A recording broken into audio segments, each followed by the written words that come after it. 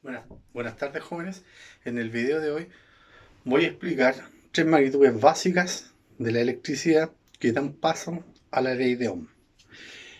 La primera magnitud es la corriente eléctrica. Su símbolo es una I mayúscula. La corriente eléctrica la podemos definir simplemente como un movimiento orientado de electrones desde un punto a otro punto. Su unidad de medición es el ampere, letra mayúscula. Otra magnitud eléctrica es la resistencia eléctrica. Su símbolo es una R mayúscula. Y podemos definir la resistencia eléctrica simplemente a la oposición que presenta un material, un cuerpo o un elemento al libre paso de la corriente eléctrica.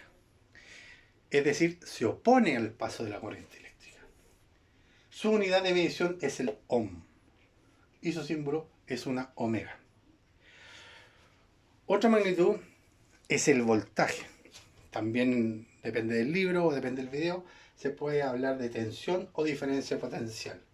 Su símbolo es una V mayúscula. ¿Cómo podríamos definir el voltaje?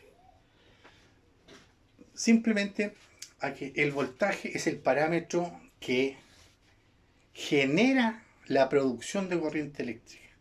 Es decir, ¿qué es lo que hace que electrones desde el punto A hacia el punto B circulen?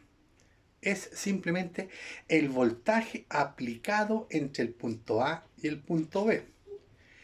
Quiere decir que si yo no tengo voltaje o tensión o diferencia potencial entre el punto A y el punto B, no va a existir la generación de corriente eléctrica.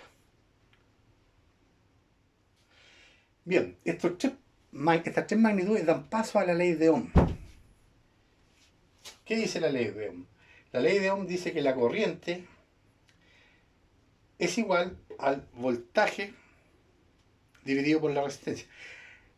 El enunciado dice, la corriente eléctrica es directamente proporcional al voltaje e inversamente proporcional a la resistencia. ¿Qué quiere decir?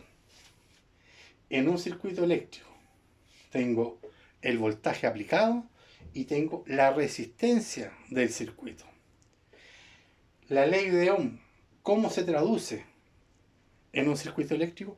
Que la corriente que circule en un circuito eléctrico va a depender directamente del voltaje aplicado al circuito y también va a depender inversamente de la resistencia que presente el circuito.